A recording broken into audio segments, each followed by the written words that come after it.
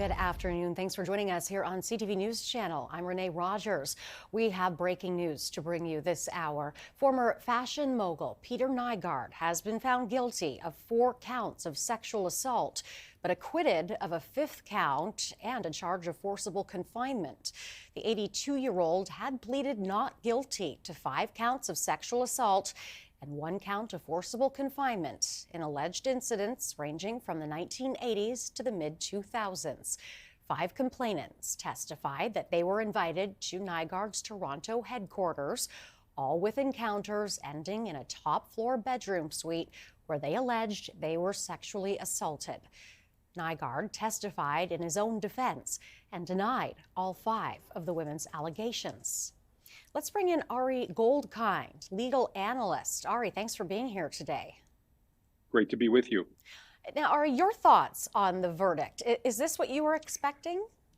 I was. After listening to the testimony of a number of the women, particularly complainant number 2, that's the person who alleged at 16 that she had an assaultive act performed on her that involved very, very specific details. I don't want to be too graphic.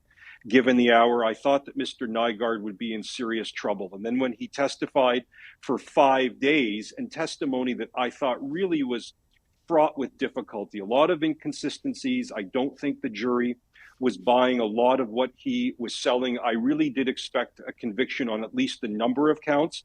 It looks like the acquittal came on the count of forcible confinement, which is that links to an assaultive allegation of one particular woman who says she begged to be let out of that room, the bedroom suite, which was really a huge part of this trial. I don't know that anybody watching this has locks and devices in their bedrooms, whether successful or famous or not, nor does any famous person that we've ever heard of that clicks buttons to let women out of rooms, that has these security or locking features. I think that really, really bothered the jury. But on the forcible confinement count, they had a question on Friday night that suggested to me they were really struggling with that count. And that's the allegation where after she begged to be let out of that bedroom suite, Mr. Nygard finally relented. In regards to the other 4, I really did think Mr. Nygard was in trouble, but this jury bent over backwards since Wednesday to do their job as a jury. And as a criminal defense lawyer, you cannot ask for more from a jury than to take 4 or 5 days to really work through all of this. Is it fairly typical for the jury to take that amount of time when deliberating?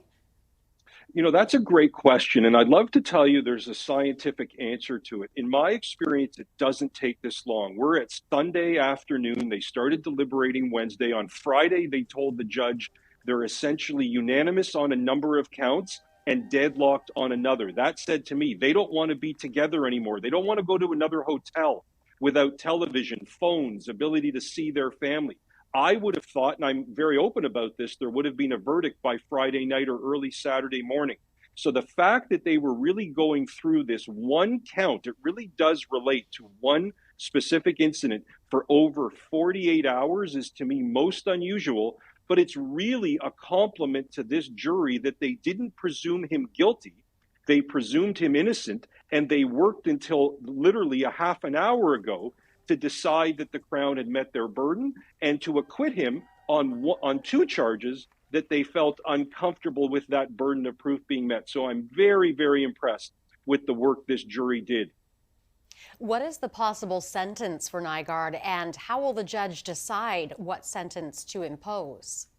So that's a great question, because most people watching this now are used to hearing U.S.-style decisions where somebody gets 20 years, 30 years, 40 years, life, even on one allegation of sexual assault, or to use the word in the United States, rape.